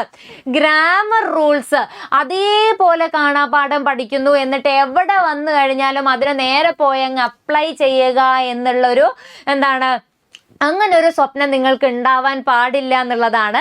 അതായത് റൂൾസ് കൃത്യമായി മനസ്സിലാക്കി വേണം പഠിക്കാൻ എന്നുള്ളതാണ്. വെറുതെ മറ്റേ വേലക്കാരിയായിരുന്നാലും നീയൻ മോഹവല്ലി എന്ന് പറയുന്നത് പോലെ കാണാപ്പാഠം പഠിച്ചിട്ട് അത് അതേപോലെ എക്സാമിന് കൊണ്ടുപോയിട്ട് ട്രിക്കി ആയിട്ടുള്ള ചോദ്യങ്ങളിൽ കൊണ്ടുപോയി അപ്ലൈ ചെയ്യുന്നു, എന്നിട്ട് കയ്യിൽ കിട്ടേണ്ട മാർക്ക് കൂടെ കളയുന്നു എന്നുള്ള രീതിയിലേക്ക് നമുക്ക് അതിനെ കൊണ്ടുപോവാൻ പറ്റില്ല. കൃത്യമായ കോൺസെപ്ച്വൽ അണ്ടർസ്റ്റാൻഡിങ് എന്ന് പറയുന്നത് നിർബന്ധമാണ്. ഓക്കെ, പ്രത്യേകിച്ച് ഈ ഇഫ് ക്ലോസും ടെൻസസും പോലെയുള്ള ഏരിയകളിൽ നമുക്ക് ഈ കോൺസെപ്ച്വൽ അണ്ടർസ്റ്റാൻഡിങ് വളരെയധികം ആവശ്യമാണ്. പെരിഫറൽ ആയിട്ട് പഠിച്ചു പോകുന്ന ആളുകൾ എന്ത് ചെയ്യുന്നു, ഈ ഹാഡ് വന്നാൽ ഇവിടെ ഹാഡ് വന്നാൽ അപ്പുറത്ത് വുഡ് ഹാവ് കൊടുക്കണം, അങ്ങനെ മാത്രം പഠിച്ചു പോകുമ്പോൾ എന്തിനുള്ള സാധ്യതയുണ്ട്, തെറ്റ് വരാനുള്ള സാധ്യതയുണ്ട്. If I had money I dash the poor എന്നാണ് കൊടുത്തിരിക്കുന്നത് അല്ലെ. എൻ്റെ കയ്യിൽ കാശ് ഉണ്ടായിരുന്നെങ്കിൽ ഇവിടെയുള്ള ഈ ഹാഡ് എന്ന് പറയുന്നത് ഹാഡ് പ്ലസ് V3 ആണോ? അല്ല, എൻ്റെ കയ്യിൽ കാശ് ഉണ്ടായിരുന്നെങ്കിൽ എന്ന് പറയുന്ന അർത്ഥത്തിലാണ് ഇവിടെ ഈ ഹാഡ് കൊടുത്തിരിക്കുന്നത്. അതുകൊണ്ട് തന്നെ ഇവിടെ വരാൻ പോകുന്ന ഉത്തരം എന്ന് പറയുന്നത് എന്താണ്, ഐ വുഡ് ഹെൽപ്പ് എന്നുള്ളതാണ് ഉത്തരം. പക്ഷെ കൃത്യമായി നമ്മൾ ഗ്രാമർ റൂൾസ് പഠിച്ചിട്ടില്ലെങ്കിൽ, കൃത്യമായി എക്സെപ്ഷണൽ കേസസ് പഠിച്ചിട്ടില്ലെങ്കിൽ, പെരിഫറൽ ആയിട്ടുള്ള ഒരു ലേണിംഗ് മാത്രമാണ് നമുക്ക് ഉള്ളത് എന്നുണ്ടെങ്കിൽ സ്വാഭാവികമായിട്ടും ഇവിടെ ഓപ്ഷൻ എ കൊണ്ടുപോയിട്ട് വുഡ് ഹാവ് കൊണ്ടുപോയിട്ട് കുത്താനുള്ള സാധ്യതയുണ്ട്. നമ്മളെ കുഴപ്പിക്കാനുള്ള ചോദ്യങ്ങൾ PSC ഇടയ്ക്കിടയ്ക്ക് ഇട്ട് തരും. അതായത് തെറ്റുത്തരം വരാൻ സാധ്യതയുള്ള ഒരു സാധനവും കൂടെ നമ്മുടെ ഓപ്ഷനിൽ ഉണ്ടാകും എന്നുള്ള കാര്യം നമ്മുടെ ബ്രെയിനിൽ എപ്പോഴും ഉണ്ടായിരിക്കണം എന്നുള്ളതാണ്. ഓക്കെ, അപ്പൊ ടെൻസും കണ്ടീഷണൽ സെന്റൻസസും കൃത്യമായിട്ടുള്ള ഒരു കോൺസെപ്ച്വൽ ക്ലാരിറ്റിയോട് കൂടെ വേണം നിങ്ങൾ പഠിക്കാൻ. രണ്ടും ഇമ്പോർട്ടൻ്റ് ആണ്. അതിലെ ഏറ്റവും ഇമ്പോർട്ടൻ്റ് ആയിട്ടുള്ള ആളെന്ന് പറയുന്നത് ടെൻസ് ആണ്. മൊത്തം സിലബസിലെ രാജാവാണ് നമ്മുടെ, അല്ലെങ്കിൽ രാജ്ഞിയാണ് നമ്മുടെ ടെൻസ് എന്ന് പറയുന്നത്. ഓക്കെ അല്ലേ? അടുത്തത് നോക്കാം നമുക്ക്. Direct and indirect speech. പലർക്കും പേടിയുള്ള ഒരു ഏരിയ ആണ് ഈ പറയുന്ന ഡയറക്റ്റ് ആൻഡ് ഇൻഡയറക്റ്റ് സ്പീച്ച് എന്ന് പറയുന്നത്. അപ്പോൾ ഡയറക്റ്റ് ആൻഡ് ഇൻഡയറക്റ്റ് സ്പീച്ചിൽ നിന്നും ഒരുപാട് ചോദ്യങ്ങൾ ചോദിച്ചിട്ടുണ്ട്. സ്കൂൾ കാലഘട്ടം മുതൽ നമ്മൾ പഠിക്കുന്ന ഒരു ഏരിയ ആണ് ഈ ഡയറക്റ്റ് ആൻഡ് ഇൻഡയറക്റ്റ് സ്പീച്ച് എന്ന് പറയുന്നത് അല്ലേ. അപ്പം ഈ ഏരിയയിൽ നിന്നും ഒരുപാട് ചോദ്യങ്ങൾ പ്രീവിയസ് ഇയർ പരീക്ഷകൾക്ക് വന്നിട്ടുണ്ട്. അതുപോലെ തന്നെ ക്വസ്റ്റ്യൻ വരുന്ന സമയത്ത് നമ്മൾ റിപ്പോർട്ടഡ് സ്പീച്ച് ആണ് അല്ലെ, ഒരാൾ പറഞ്ഞ കാര്യം മറ്റൊരാൾ റിപ്പോർട്ട് ചെയ്യാണ് ചെയ്യുന്നത്. അപ്പൊ ക്വസ്റ്റ്യൻ വരുന്ന സമയത്ത് സ്റ്റേറ്റ്മെന്റ് ആക്കുന്ന ഏരിയകളിലൊക്കെയാണ് പലപ്പോഴും പലർക്കും തെറ്റ് പറ്റാറുള്ളത് എന്നാണ്. അപ്പൊ ഈ ഒരു 16 ക്വസ്റ്റ്യൻ പേപ്പർ എടുക്കുകയാണെങ്കിൽ ഒരു 8-9 ക്വസ്റ്റ്യൻ പേപ്പറുകളിൽ ഈ പറയുന്ന ഡയറക്റ്റ് ആൻഡ് ഇൻഡയറക്റ്റ് സ്പീച്ചിൽ നിന്ന് ചോദ്യം വന്നിട്ടുണ്ട്. അതായത് പകുതി ക്വസ്റ്റ്യൻ പേപ്പറുകളിലും ഇതിൽ നിന്ന് ചോദ്യം വന്നിട്ടുണ്ട്. അപ്പൊ ഇത് ഈസിയാണ് അല്ലെങ്കിൽ ബുദ്ധിമുട്ടാണ്, ഇത് വലിയ ഇമ്പോർട്ടൻസ് ഇല്ല എന്ന് പറഞ്ഞ ഒരു കാരണവശാലും നമുക്ക് തള്ളിക്കളയാൻ പറ്റുന്ന ഒരു ഏരിയയുമല്ല. ഓക്കെ, അതുപോലെ തന്നെ കൺഫ്യൂസിങ് ആയിട്ടുള്ള ചോദ്യങ്ങൾ തരുന്ന ഏരിയകളിൽ ഒന്നുകൂടെയാണ് ഡയറക്റ്റ് ആൻഡ് ഇൻഡയറക്റ്റ് സ്പീച്ച് എന്ന് പറയുന്നത്. അതുപോലെ തന്നെ ഇമ്പോർട്ടൻ്റ് ആയിട്ടുള്ള ഒരു ഏരിയ ആണ് നമ്മുടെ ആക്റ്റീവ് വോയിസും പാസീവ് വോയിസും. ഹൈ പ്രയോറിറ്റി കൊടുക്കേണ്ട ഏരിയ ആണ്. കാരണം സ്ഥിരമായി റിപ്പീറ്റഡ് പാറ്റേണിൽ ചോദ്യങ്ങൾ ചോദിച്ചുകൊണ്ടിരിക്കുന്ന ഒരു ഏരിയ ആണ് ആക്റ്റീവ് വോയിസും പാസീവ് വോയിസും. ഈ ഏരിയ നമ്മൾ നിർബന്ധമായും കോൺസെപ്ച്വൽ ക്ലാരിറ്റിയോട് കൂടെ പഠിച്ചിരിക്കണം. അതിൻ്റെ കൂടെ തന്നെ ഈ ഏരിയയിൽ നിന്ന് വരുന്ന ചോദ്യങ്ങൾ ഒരുപാട് നമ്മൾ സോൾവ് ചെയ്ത് പഠിക്കേണ്ടതായിരിക്കുന്നു. ഓരോ ടെൻസിലും എന്ത് വ്യത്യാസമാണ് വരുന്നത്, രണ്ട് ടോപ്പിക്കും ഡയറക്റ്റ് ഇൻഡയറക്റ്റ് ആണെങ്കിലും ശരി, ആക്റ്റീവ് പാസീവ് ആണെങ്കിലും ശരി, ഓരോ ടെൻസിലും എങ്ങനെ നമുക്ക് ഇത് അപ്ലൈ ചെയ്യാൻ പറ്റും, ഇതിൻ്റെ എക്സെപ്ഷണൽ കേസസുകൾ ഒക്കെ നമ്മൾ ഡീറ്റെയിൽ ആയിട്ട് അനലൈസ് ചെയ്യേണ്ടതായിരിക്കുന്നു. 11ഓളം ചോദ്യങ്ങൾ നമുക്ക് ആക്റ്റീവ് ആൻഡ് പാസീവ് വോയിസിൽ നിന്ന് വന്നിട്ടുണ്ട് എന്നുള്ളതാണ്. അതായത് ആവറേജ് എടുത്ത് നോക്കുകയാണെങ്കിൽ ഒട്ടുമിക്ക ക്വസ്റ്റ്യൻ പേപ്പറുകളിലൊക്കെ നമുക്ക് ആക്റ്റീവ് ആൻഡ് പാസീവ് എന്ന് പറയുന്ന ഏരിയയിൽ നിന്നുള്ള ചോദ്യങ്ങൾ കാണാൻ പറ്റും. ഇനി ഇതിലെ മറ്റൊരു പ്രധാനപ്പെട്ട ഏരിയ ആണ് കറക്ഷൻ ഓഫ് സെന്റൻസ് എന്ന് പറയുന്നത്. അതായത് നമുക്കൊരു സെന്റൻസ് തരുന്നു, അതിലെ തെറ്റ് കണ്ടുപിടിക്കാൻ പറയുന്നു. തന്നിരിക്കുന്നവയിൽ ശരിയായതേത്, തന്നിരിക്കുന്നവയിൽ തെറ്റായതേത്, അല്ലെങ്കിൽ ഒരു സെന്റൻസ് തന്ന് സ്ലാഷ് ഇട്ടിട്ട് അതിൽ ഏത് ഭാഗമാണ് മിസ്റ്റേക്ക് ഉള്ളത് എന്നുള്ള രീതിയിൽ വരുന്ന ചോദ്യങ്ങളാണ് ഈ കറക്ഷൻ ഓഫ് സെന്റൻസ് എന്ന് പറയുന്ന ഏരിയയിൽ നിന്ന് വരുന്നത്. അപ്പൊ ഇത്തരത്തിലുള്ള ചോദ്യങ്ങൾ എല്ലാ ഭാഗത്തു നിന്നും വരും എന്നുള്ളതാണ്. ടെൻസിൽ നിന്നുണ്ടാകും, അതുപോലെ തന്നെ കളക്റ്റീവ് നൗൺസിൽ നിന്നുണ്ടാകും. നമ്മൾ ഇതുവരെ പഠിച്ച ഗ്രാമർ ഏരിയയിൽ നിന്ന് മുഴുവൻ ഈ കറക്ഷൻ ഓഫ് സെന്റൻസ് എന്ന് പറയുന്ന ഭാഗത്തുള്ള ചോദ്യങ്ങൾ കാണാറുണ്ട് എന്നുള്ളതാണ്. ഓക്കെ, ഏകദേശം 8ഓളം ചോദ്യങ്ങൾ ഈ ഭാഗത്ത് നിന്ന് നമ്മുടെ പ്രീവിയസ് ഇയർ ക്വസ്റ്റ്യൻ പേപ്പേഴ്സിൽ വന്നിട്ടുണ്ട്. അതുകൊണ്ട് തന്നെ കറക്ഷൻ ഓഫ് സെന്റൻസ് വളരെ ഇമ്പോർട്ടൻ്റ് ആയിട്ടുള്ള ഒരു ഏരിയ ആണ്. അത് നമ്മൾ എങ്ങനെ പഠിക്കണം? ഓരോ ടോപ്പിക്ക് പഠിക്കുന്ന സമയത്തും അതിൽ നിന്ന് എന്തൊക്കെയാണ് മിസ്റ്റേക്സ് വരാൻ സാധ്യതയുള്ളത്, എങ്ങനെയാണ് ഇത് ട്രിക്കി ആയിട്ട് ചോദ്യമായിട്ട് പരീക്ഷയ്ക്ക് വരാൻ സാധ്യതയുള്ളത് എന്നുള്ള ഒരു ആംഗിളിൽ വേണം നമ്മൾ അതിനെ ഡിസ്കസ് ചെയ്യാൻ, അല്ലെങ്കിൽ അതിനെ പഠിക്കാൻ എന്നുള്ളത്. ഇനിയുള്ളൊരു ഏരിയ എന്ന് പറയുന്നത് ഇൻഫിനിറ്റീവ് ആൻഡ് ജെറണ്ട് ആണ്. ഇൻഫിനിറ്റീവ് ആൻഡ് ജെറണ്ട് എന്ന് പറയുന്ന ഭാഗത്ത് നിന്ന് 5ഓ 6ഓ ചോദ്യങ്ങൾ ഇതുവരെ വന്നിട്ടുണ്ട് എന്നുള്ളതാണ്. ഓക്കെ, ക്വസ്റ്റ്യൻ പേപ്പർ അനലൈസ് ചെയ്യുന്ന സമയത്ത് ഇത്രയും കണ്ട ടോപ്പിക്സിനെ നമ്മൾ കമ്പയർ ചെയ്യുന്ന സമയത്ത് കമ്പാരിറ്റീവ്ലി കുറവാണ്. പക്ഷെ 5ഓ 6ഓ ചോദ്യങ്ങൾ എന്ന് പറയുമ്പോൾ അത് അത്ര ചെറിയ നമ്പർ അല്ല എന്നുള്ളതാണ്. അപ്പൊ അതുകൊണ്ട് തന്നെ ഇൻഫിനിറ്റീവും ജെറൻസും നമ്മൾ പഠിച്ചിരിക്കണം. വേർബ് പഠിക്കുമ്പോൾ അതിൻ്റെ കൂട്ടത്തിൽ ഇൻഫിനിറ്റീവും ജെറൻറ്റും പഠിച്ചു പോവുകയാണെങ്കിൽ നമുക്ക് ഈസി ആയിട്ട് ഇൻഫിനിറ്റീവിനെയും ജെറൻറ്റിനെയും നമ്മുടെ കൂടെ കൂട്ടാൻ പറ്റും എന്നുള്ളതാണ്. പിന്നെ അടുത്ത ഏരിയ എന്ന് പറയുന്നത് കോറിലേറ്റീവ്സ് ആണ്. കോറിലേറ്റീവ്സിന്റെ ഏരിയയിൽ നിന്ന് കുറച്ച് ചോദ്യങ്ങളെ വന്നിട്ടുണ്ട്. 2, 3, 4 ചോദ്യങ്ങളെ ഈ ഒരു ഏരിയയിൽ നിന്ന് വന്നിട്ടുള്ളൂ എന്നുള്ളതാണ്. 3 ചോദ്യങ്ങളോളമാണ് ഈ ഒരു ഏരിയയിൽ നിന്ന് പ്രീവിയസ് ഇയർ ക്വസ്റ്റ്യൻ പേപ്പറിൽ ചോദിച്ചിട്ടുള്ളത്. പക്ഷേ ഈ ഒരു ഏരിയയിൽ നിന്ന് ചോദിക്കുന്ന ചോദ്യങ്ങളും കുറച്ചുകൂടെ ട്രിക്കി ആയിട്ടുള്ള ബുദ്ധിമുട്ടുള്ള ടൈപ്പ് ഓഫ് ചോദ്യങ്ങളും ചോദിക്കാറുണ്ട്. ചിലത് ഈസി ആയിട്ടുള്ള ചോദ്യങ്ങളും ഈ ഏരിയയിൽ നിന്ന് ചോദിക്കാറുണ്ട്. അപ്പൊ ഇത്രയും കാര്യങ്ങളാണ് നമ്മുടെ ഗ്രാമർ പാർട്ടിൽ, ഇംഗ്ലീഷിന്റെ സിലബസിലെ ആദ്യത്തെ ഗ്രാമർ പാർട്ടിൽ വരുന്നത്. ഇതിന്റെ ഒരു പ്രയോറിറ്റി ഏരിയ നോക്കുകയാണെങ്കിൽ നമ്മൾ ഏറ്റവും കൂടുതൽ ഇമ്പോർട്ടൻസ് കൊടുക്കേണ്ടത് ടെൻസ് ആണ്, അല്ലെ? ടെൻസും അതുപോലെ തന്നെ എങ്ങനെയാണ് ടെൻസിന്റെ ടൈമും കാര്യങ്ങളൊക്കെ നമ്മൾ മനസ്സിലാകുന്നത് എന്ന് പറയുന്ന ഏരിയയ്ക്ക് നമ്മൾ ഇമ്പോർട്ടൻസ് കൊടുക്കണം. സോ പ്രൈമറി ഇമ്പോർട്ടൻസ് കൊടുക്കേണ്ട ആളുകളാണ് ടെൻസ്. അതുപോലെ തന്നെ സബ്ജക്ട് വേർബ് എഗ്രിമെന്റിന്റെ നമ്പർ ഓഫ് ക്വസ്റ്റ്യൻസ് എന്ന് പറയുന്നത് വളരെ കൂടുതലാണ്. റിപ്പീറ്റഡ് ആയിട്ട് ട്രിക്കി ക്വസ്റ്റ്യൻസ് ചോദിക്കുന്ന ഏരിയ ആണ്. അതുകൊണ്ട് തന്നെ സബ്ജക്ട് വേർബ് എഗ്രിമെന്റ് വളരെ ഇമ്പോർട്ടൻ്റ് ആണ്. അതുപോലെ തന്നെ ക്രിട്ടിക്കൽ ഇമ്പോർട്ടൻസ് കൊടുക്കേണ്ട ഏരിയ ആണ് നമ്മുടെ ക്വസ്റ്റ്യൻ ടാഗ്സ് എന്ന് പറയുന്നത്. ക്വസ്റ്റ്യൻ ടാഗും വളരെ പ്രധാനപ്പെട്ട ഏരിയ ആണ്. ഒരുപാട് ചോദ്യങ്ങൾ വന്നിരിക്കുന്ന ഒരു ഏരിയ ആണ്. High importance active and passive എന്ന് പറയുന്ന സമയത്ത് ഹൈ ഇമ്പോർട്ടൻസ് ഏകദേശം 11ഓളം ചോദ്യങ്ങൾ വന്നു എന്ന് പറയുമ്പോൾ തന്നെ നിങ്ങൾക്കറിയാം വളരെ ഇമ്പോർട്ടൻ്റ് ആയിട്ടുള്ള ഒരു ഏരിയ ആണ് ആക്റ്റീവ് ആൻഡ് പാസീവ് എന്ന് പറയുന്നത്. അതുപോലെ തന്നെയാണ് പ്രിപ്പോസിഷനും, അതുപോലെ തന്നെയാണ് കണ്ടീഷണൽ സെന്റൻസ്, ഇഫ് ക്ലോസിന്റെ ഭാഗത്ത് നിന്ന് വരുന്ന ചോദ്യങ്ങളും എന്നുള്ളത്. അപ്പൊ ഇതൊക്കെ നമ്മൾ എന്ത് ചെയ്യണം? വളരെയധികം ഇമ്പോർട്ടൻസ് കൊടുത്ത് കോൺസെപ്ച്വൽ ക്ലാരിറ്റിയോടുകൂടെ പഠിക്കേണ്ട ഒരു ഏരിയ ആണ്. ഒന്ന്, ഈസി ആയിട്ട് പഠിക്കാം എന്നതിനേക്കാൾ ഉപരി ട്രിക്കി ക്വസ്റ്റ്യൻസ് കൂടുതൽ വരുന്ന ഏരിയ കൂടെയാണ് എന്നുള്ള കാര്യം നമ്മുടെ മനസ്സിലുണ്ടാവണം. ഓക്കെ. അതുപോലെ തന്നെ ഡയറക്റ്റ് ഇൻഡയറക്റ്റ് സ്പീച്ച് 5-8 ചോദ്യങ്ങളൊക്കെയാണ് വന്നിരിക്കുന്നത്. അതുകൊണ്ട് തന്നെ അതിനും ഇമ്പോർട്ടൻസ് ഉണ്ട്. മോഡറേറ്റ് ലെവൽ ഓഫ് ഇമ്പോർട്ടൻസ് കൊടുത്തു വേണ്ടി നമ്മൾ പഠിക്കേണ്ട ചോദ്യങ്ങളാണ്. സ്കിപ്പ് ചെയ്യാൻ പറ്റില്ല.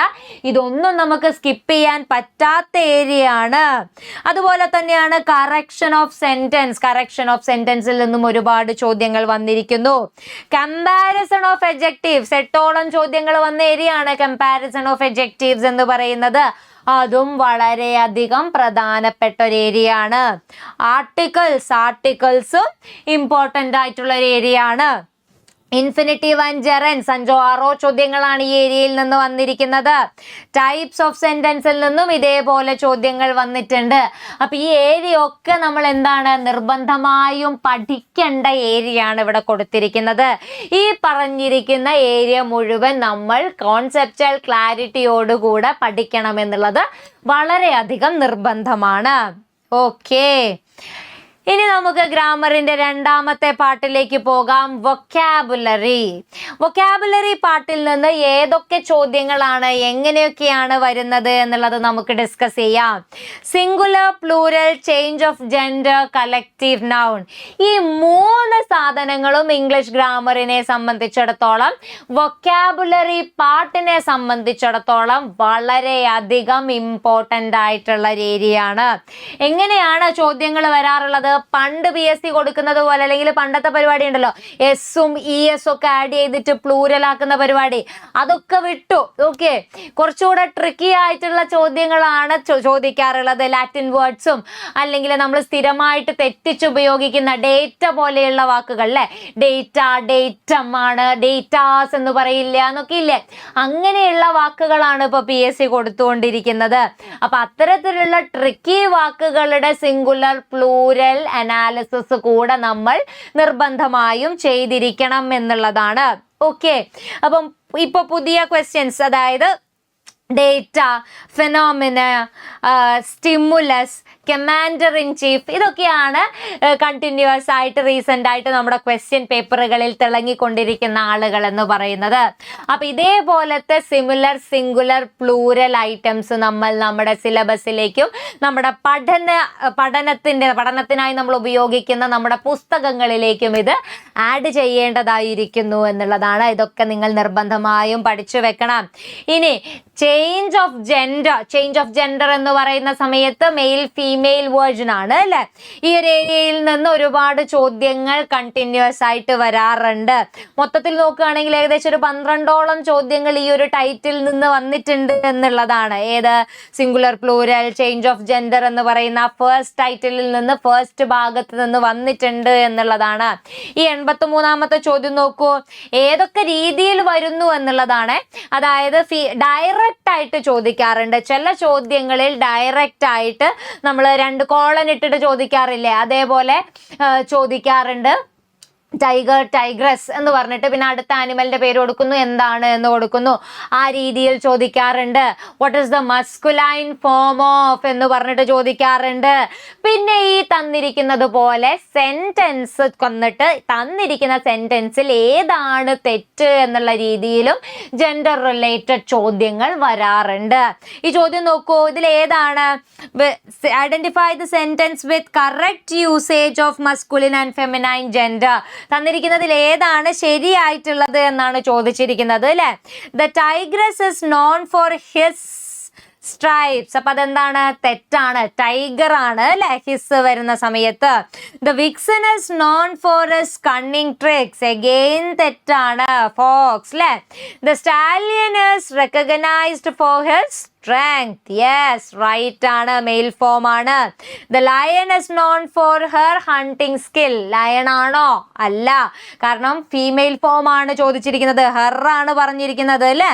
അപ്പൊ ഈ ഉത്തരവും ഇവിടെ എന്തായി മാറുകയാണ്? തെറ്റായിട്ട് മാറുകയാണ്. അപ്പൊ ഈ രീതിയിലും ഈ ഏരിയയിൽ നിന്ന് ചോദ്യങ്ങൾ വരാറുണ്ട് എന്നുള്ള കാര്യം നിങ്ങൾ ഓർത്തു വെക്കുക.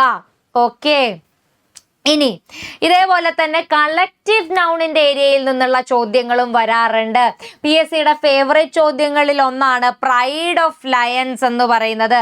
ഒരുപാട് തവണ റിപ്പീറ്റഡ് ആയിട്ട് ഒരു കൂട്ടം ആനിമൽസിനെ, ഒരു കൂട്ടം വസ്തുക്കളെ, ഒരു കൂട്ടം ആളുകളെ ഒക്കെ ഇങ്ങനെ നമ്മൾ കൂട്ടം എന്നുള്ള രീതിയിൽ പറയുന്ന നൗണുകളാണ് കളക്റ്റീവ് നൗൺസ് എന്ന് പറയുന്നത് അല്ലെ. അപ്പൊ ലയണിന്റെ കളക്റ്റീവ് നൗൺ എന്ന് പറയുന്നത് പ്രൈഡ് ഓഫ് ലയൺ എന്നുള്ളത് എത്രയോ തവണ റിപ്പീറ്റഡ് ആയിട്ട് വന്നിരിക്കുന്നതു. ബേബി ഓഫ് ഗേൾസ്, പെൺകുട്ടികളുടെ കൂട്ടം എന്ന് പറയുന്നു അല്ലെ. School of fish, heard of കാറ്റിൽ. ഹേർഡ് ഓഫ് കാറ്റിൽ നമ്മുടെ റീസെന്റ് എക്സാമിന്, ഇപ്പൊ കഴിഞ്ഞ എക്സാമിന് ഈ ഹേർഡ് ഓഫ് കാറ്റിൽ നമ്മൾ കണ്ടിട്ടുണ്ട് എന്നുള്ളതാണ്. അപ്പൊ ഇങ്ങനെ കളക്റ്റീവ് നൗണിൽ നിന്നും റിപ്പീറ്റഡ് ക്വസ്റ്റ്യൻസ് വരാറുണ്ട്. ഇത് നമ്മൾ പഠിക്കണം. പഠിച്ചാൽ മാത്രം പോരാ, എന്നും റിവൈസ് ചെയ്ത് പഠിക്കണം. പല കുട്ടികൾക്കും ബുദ്ധിമുട്ടുള്ള ഒരു ഏരിയയാണ് വൊക്കാബുലറി എന്ന് പറയുന്നത്. വൊക്കാബുലറി നമ്മൾ റീഡിങ്ങിലൂടെ എൻഹാൻസ് ചെയ്യുക.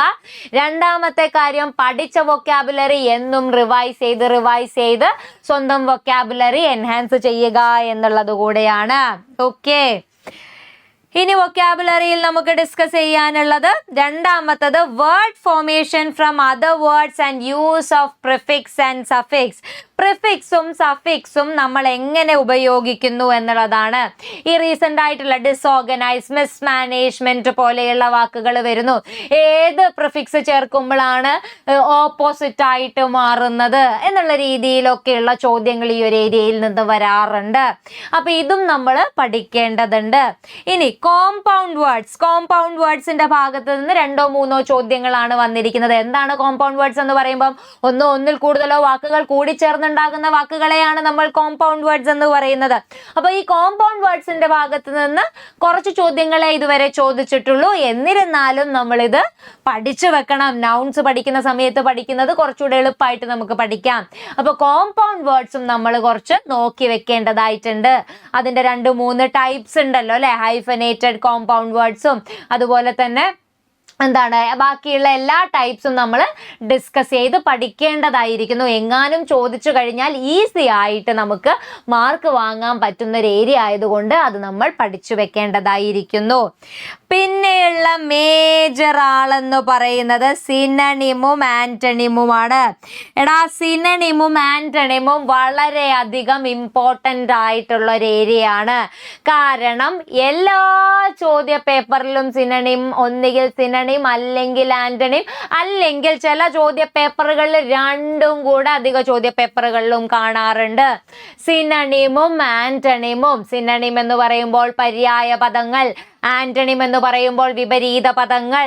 ഇത് നമ്മൾ നമ്മുടെ വൊക്കാബുലറി എൻഹാൻസ്മെന്റിന്റെ ഭാഗമായി നിർബന്ധമായും പഠിച്ചിരിക്കേണ്ട ഏരിയ ആണ് സിനണിമും ആന്റണിമും. എന്തൊക്കെ സംഭവിച്ചു കഴിഞ്ഞാലും സിനണിമും ആന്റണിമും നിങ്ങൾ പഠിച്ചിരിക്കണം. അതുപോലെ തന്നെ ഈസി ആയിട്ട് നമ്മുടെ സമയം അധികം കൊണ്ടുപോകാതെ ഈസി ആയിട്ട് നമുക്ക് ആൻസർ ചെയ്യാൻ പറ്റുന്ന ഒരു ഏരിയ കൂടെയാണ് വൊക്കാബുലറിയുടെ ഏരിയ. പിന്നെ ഇതിലെ ഏറ്റവും ഇമ്പോർട്ടൻ്റ് ആയിട്ടുള്ള ആളാണ് നമ്മുടെ ഫ്രേസൽ വേർബ് എന്ന് പറയുന്നത്. ഫ്രേസൽ വേർബ് എല്ലാ എക്സാംസിനും ഫ്രേസൽ വേർബിന്റെ ഭാഗത്ത് നിന്ന് ചോദ്യങ്ങൾ കാണാറുണ്ട്. ഏറ്റവും ഇമ്പോർട്ടൻ്റ് ആയിട്ടുള്ള എല്ലാ ക്വസ്റ്റ്യൻ പേപ്പറുകളിലും ഫ്രേസൽ വേർബിൽ നിന്ന് ഒരു ചോദ്യം കാണുന്നു. ആൻഡ് PSCയുടെ ഫേവറേറ്റ് പുട്ട് ഓഫ് എത്ര തവണയാണ് റിപ്പീറ്റ് ചെയ്ത് വന്നിരിക്കുന്നത് എന്നുള്ളത്. ടു പോസ്റ്റ്പോൺ അല്ലെ.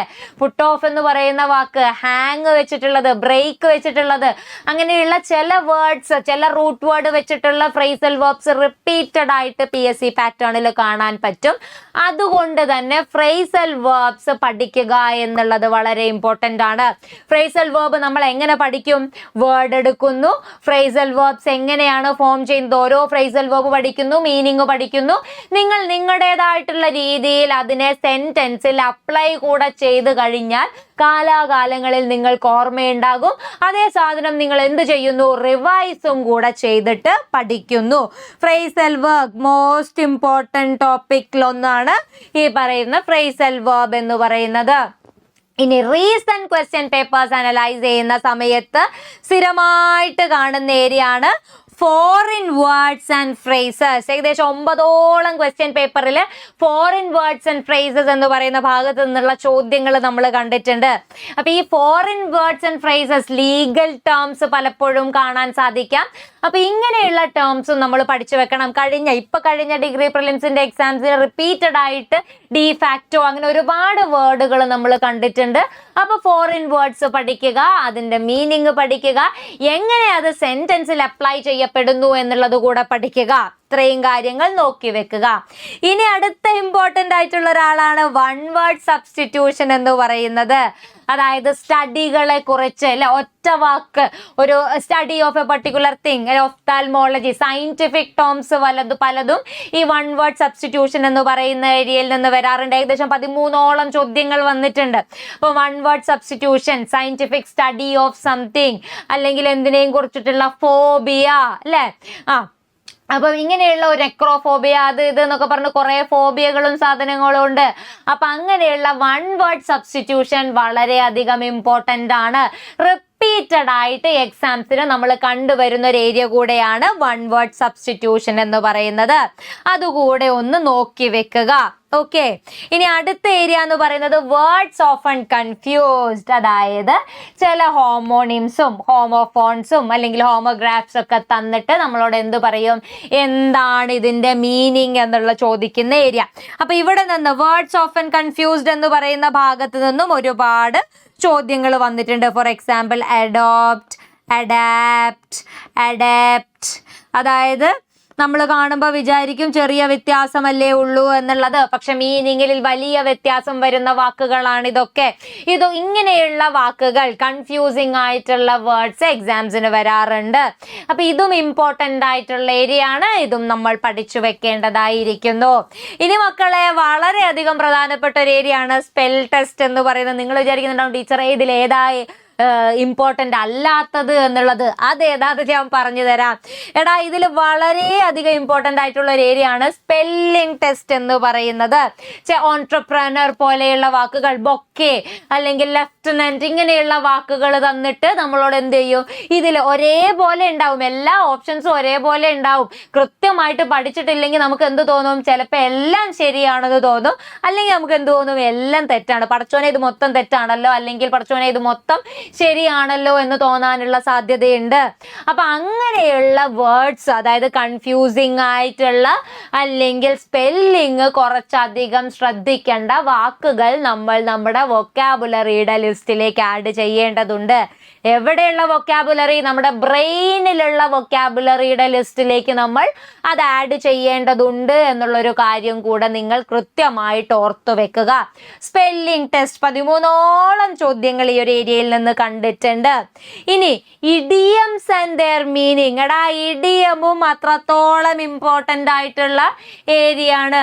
ഏത് ക്വസ്റ്റ്യൻ പേപ്പർ എടുത്ത് നോക്കിയാലും അതിൽ ഒരു ചോദ്യമെങ്കിലും ഇഡിയത്തിന്റെ ഭാഗത്ത് നിന്നുണ്ടാകും. അപ്പൊ ഇഡിയം നിങ്ങൾ നിർബന്ധമായും പഠിച്ചിരിക്കണം. ഇഡിയം വല്ല കോഡ് ഉപയോഗിച്ചിട്ടോ അല്ലെങ്കിൽ അതിന്റെ അർത്ഥം നോക്കിയിട്ടോ ഒക്കെ നമുക്ക് ഈസി ആയിട്ട് പഠിക്കാൻ പറ്റും. വൊക്കാബുലറിയുടെ പ്രത്യേകത എന്താണെന്ന് വെച്ചാൽ കാര്യമായിട്ട് റൂൾസോ കാര്യങ്ങളോ ഒന്നും തന്നെ നമ്മൾ ഇവിടെ അപ്ലൈ ചെയ്യേണ്ട ആവശ്യമില്ല. നമ്മുടെ മെമ്മറി കപ്പാസിറ്റി മാത്രം നമ്മൾ ബ്രഷപ്പ് ചെയ്തെടുത്തു കഴിഞ്ഞാൽ വളരെയധികം മാർക്ക് നമുക്ക് നേടിയെടുക്കാൻ പറ്റുന്ന ഒരു ഏരിയയാണ് വൊക്കാബുലറി എന്നുള്ളതാണ്. അതിൽ ഇമ്പോർട്ടൻ്റ് ആയിട്ടുള്ള ഏരിയകളിൽ ഒന്നാണ് ഇഡിയംസ് എന്നുള്ളത്. ഇഡിയംസിൽ നിന്ന് ഒരുപാട് ചോദ്യങ്ങൾ വരാറുണ്ട്. ഈ പറയുന്ന അർത്ഥത്തിൽ വരുന്ന ഇഡിയം ഏതാണ്, അല്ലെങ്കിൽ ഈ താഴെ പറയുന്നവയിൽ ഏത് ഇഡിയവുമായിട്ടാണ് മുകളിൽ പറഞ്ഞിരിക്കുന്ന സെന്റൻസിന്റെ മീനിങ്ങിനുമായിട്ട് കണക്ഷൻ ഉള്ളത് എന്നുള്ള രീതിയിലും പല തരത്തിൽ ഇഡിയത്തിന്റെ ചോദ്യങ്ങൾ വരാറുണ്ട്. പക്ഷെ ട്രിക്കി ആയിട്ട് നമ്മളെ ബുദ്ധിമുട്ടിക്കുന്ന തരത്തിലുള്ള ചോദ്യങ്ങൾ സാധാരണഗതിയിൽ ഇഡിയത്തിൽ നിന്ന് വരാറില്ല. ഇഡിയത്തിന്റെ മീനിങ് എന്താണെന്ന് പഠിക്കുന്നു, ആ മീനിങ് നേരെ ഏതാണെന്ന് നോക്കുന്നു, എഴുതുന്നു. ഇത്ര മാത്രമേ ഇഡിയത്തിന്റെ ഭാഗത്ത് നിന്ന് വരാറുള്ളൂ. അപ്പൊ നമ്മൾ ചെറുതായിട്ട് നമ്മുടെ മെമ്മറി കപ്പാസിറ്റി ഒന്ന് ബൂസ്റ്റ് ചെയ്ത് കഴിഞ്ഞാൽ ഈ ഏരിയയിൽ നിന്നുള്ള മാർക്ക് നമുക്ക് ഈസി ആയിട്ട് നേടാവുന്നതാണ്. ഇനി അവസാനത്തെ പാർട്ട് എന്ന് പറയുന്നത് ട്രാൻസ്ലേഷൻ ഓഫ് എ സെന്റൻസ് അല്ലെങ്കിൽ പ്രോവേർബ് ഇൻ ടു മലയാളം. ഏതെങ്കിലും സെന്റൻസോ പ്രോവേർബോ മലയാളത്തിലേക്ക് ട്രാൻസ്ലേറ്റ് ചെയ്യുന്നത്. ഈ ഏരിയയിൽ നിന്ന് അധികം ചോദ്യങ്ങളൊന്നും ഇതുവരെ വന്നിട്ടില്ല. അപ്പൊ ലീസ്റ്റ് ഇമ്പോർട്ടന്റ് ആയ previous year question paper analyse ചെയ്യുമ്പോഴാണ് ഇനി ഭാവിയിൽ ചിലപ്പം വരാൻ സാധ്യത ഉണ്ടോ എന്നുള്ള രീതിയിൽ നമ്മൾ അതും പഠിക്കും. ഓക്കെ, നമ്മൾ എന്താണ് ഓടുന്ന പട്ടിക്ക് ഒരു മുഴം മുൻപേ എന്ന് പറയുന്നത് പോലെ എങ്ങാനും വന്നാലോ എന്ന് വിചാരിച്ചിട്ട് അതും കൂടെ നമ്മൾ ഡിസ്കസ് ചെയ്യുന്നതായിരിക്കും. പക്ഷേ ട്രാൻസ്ലേഷൻ ഓഫ് സെന്റൻസിൽ നിന്ന് അധികം ചോദ്യങ്ങൾ ചോദിച്ചിട്ടില്ല.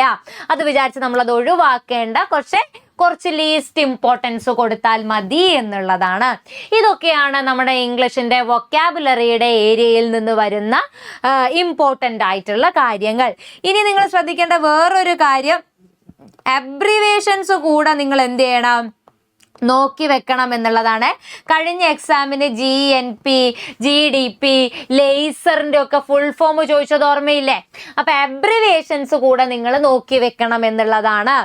എങ്ങനെയാണ് വൊക്കാബുലറിയുടെ ഒരു മാർക്ക് ഡിസ്ട്രിബ്യൂഷൻ വന്നിരിക്കുന്നത്? ഇതൊരു ഏകദേശ കണക്കാണ്. എങ്ങനെയാണ് മാർക്ക് ഡിസ്ട്രിബ്യൂഷൻ വന്നിരിക്കുന്നത്? മൊത്തം ഫ്രേസൽ വേർബ്സ് അല്ലെ, ഫ്രേസൽ വേർബ്സിൽ നിന്നാണ് ഏറ്റവും കൂടുതൽ ചോദ്യങ്ങൾ വന്നിരിക്കുന്നത്. ഇഡിയംസിൽ നിന്ന് ചോദ്യങ്ങൾ വന്നിട്ടുണ്ട്. സ്പെല്ലിംഗ് ടെസ്റ്റിൽ നിന്ന് ഒരുപാട് ചോദ്യങ്ങളുണ്ട്. Synonyms, one word substitution, singular plural, antonym, foreign words, പ്രിഫിക്സും സഫിക്സും, ഇതിന്റെ ഒരു ഹൈറാർക്കി നോക്കൂ നിങ്ങൾ. ആദ്യത്തെ കുറച്ച് ആളുകളെ നമുക്ക് ഒഴിവാക്കാൻ പറ്റുമോ? ഇല്ല. മലയാളം ട്രാൻസ്ലേഷൻ ഒഴിച്ച് വേറെ ആരെയും നമുക്ക് ഒഴിവാക്കാൻ പറ്റില്ല എന്നുള്ളതാണ് അല്ലേ? ഇതൊരു അപ്രോക്സിമേറ്റ് കണക്കാണ്. നമുക്ക് ഏകദേശം ഇങ്ങനെയാണ് ഇതിന്റെ ഒരു പ്രയോറിറ്റി ചോദ്യങ്ങൾ. ഇതിന്റെ ഒരു ഇത്രയും കാലത്തെ ക്വസ്റ്റ്യൻ പേപ്പറിൽ നമ്മുടെ ചോദ്യങ്ങൾ ഇങ്ങനെയൊക്കെയാണ് വന്നിരിക്കുന്നത്. ഇത്രത്തോളം വന്നിട്ടുണ്ട് എന്നുള്ളതാണ്. അപ്പൊ ഇത് നിങ്ങൾ എന്ത് ചെയ്യുക, ഒന്ന് നോക്കി വെക്കുക. 7ഓളം ടോപ്പിക്സ് എന്താണ്, വളരെ ഇമ്പോർട്ടൻ്റ് ആയിട്ടുള്ള ടോപ്പിക്സ് ആണ്. ബാക്കിയുള്ളതും നമ്മൾ ഒന്ന് പഠിച്ചു കഴിഞ്ഞാൽ നമുക്ക് എളുപ്പത്തിൽ മാർക്ക് സ്കോർ ചെയ്യാൻ പറ്റുന്ന ഒരു ഏരിയയാണ് വൊക്കാബുലറി എന്നുള്ളതാണ്. വൊക്കാബുലറിയുടെ ഒരു പ്രത്യേകത എന്താ? ഗ്രാമർ റൂൾസോ കാര്യങ്ങളോ ഒന്നും തന്നെ നമ്മൾ കഷ്ടപ്പെട്ട് പഠിക്കേണ്ടതില്ല. കുറച്ച് വാക്കുകളും കുറച്ച് ഫ്രേസസും കുറച്ച് യൂസേജസും ഒക്കെ പഠിച്ചു കഴിഞ്ഞാൽ നമുക്ക് വൊക്കാബുലറിയിൽ നിന്ന് വരുന്ന എല്ലാ ചോദ്യങ്ങളെയും എന്ത് ചെയ്യാൻ പറ്റും, ശക്തമായി നേരിടാൻ പറ്റും എന്നുള്ളതാണ്. ഇതാണ് ഇംഗ്ലീഷ് ഗ്രാമറുമായി ബന്ധപ്പെട്ട് നമുക്ക് പറയാനുള്ള കാര്യങ്ങൾ. കൃത്യമായി സിസ്റ്റമാറ്റിക് ആയിട്ട് പഠിച്ചു കഴിഞ്ഞാൽ നമുക്ക് ഇംഗ്ലീഷ് ഗ്രാമറിനെ നമ്മുടെ കൈപ്പിടിയിൽ ഒതുക്കാൻ പറ്റുമെന്നുള്ളതാണ്. ഇനി പ്രിലിംസിന് പഠിച്ചു കഴിഞ്ഞാൽ ഈ പ്രിലിംസിന് പഠിക്കുന്ന കാര്യങ്ങൾ മെയിൻസിലേക്ക് അങ്ങനെ തന്നെ നമുക്ക് ഉപയോഗിക്കാൻ പറ്റുമെന്നുള്ളതാണ്. പ്രിലിംസ് എക്സാംസ് കഴിഞ്ഞ് നല്ല മാർക്കോടെ പ്രിലിംസ് പാസ്സായി മെയിൻസിന് നമ്മൾ അതിനെ ഒന്ന് ബ്രഷ് അപ്പ് ചെയ്താൽ മാത്രം മതി എന്നുള്ളത് കൂടെ വളരെ ഇമ്പോർട്ടൻ്റ് ആയിട്ടുള്ള ഒരു വസ്തുതയാണ്. അതും കൂടെ നിങ്ങളുടെ മനസ്സിലുണ്ടായിരിക്കട്ടെ. മെയിൻസിന്റെ സിലബസും പ്രിലിംസിന്റെ സിലബസും തമ്മിൽ വലിയ വ്യത്യാസങ്ങളൊന്നുമില്ല. അതുകൊണ്ട് തന്നെ നമ്മൾ പ്രിലിംസിന്റെ സിലബസ് സിസ്റ്റമാറ്റിക് ആയിട്ട് പഠിക്കുകയാണെങ്കിൽ മെയിൻസ് നമുക്ക് എന്താണെങ്കിലും കിട്ടുമെന്നുള്ളതാണ്. അപ്പൊ ഡിഗ്രി പ്രിലിംസിന്റെ പരീക്ഷ എല്ലാവർക്കും എളുപ്പമാവട്ടെ, മെയിൻസിന്റെ പരീക്ഷയും എളുപ്പമാവട്ടെ. ഇംഗ്ലീഷിന്റെ മാർക്ക് സ്ട്രാറ്റജിക് ആയി സിസ്റ്റമാറ്റിക് ആയിട്ട് പഠിച്ച് നിങ്ങൾക്ക് കിട്ടട്ടെ. Thank you so much for your patient listening. See U.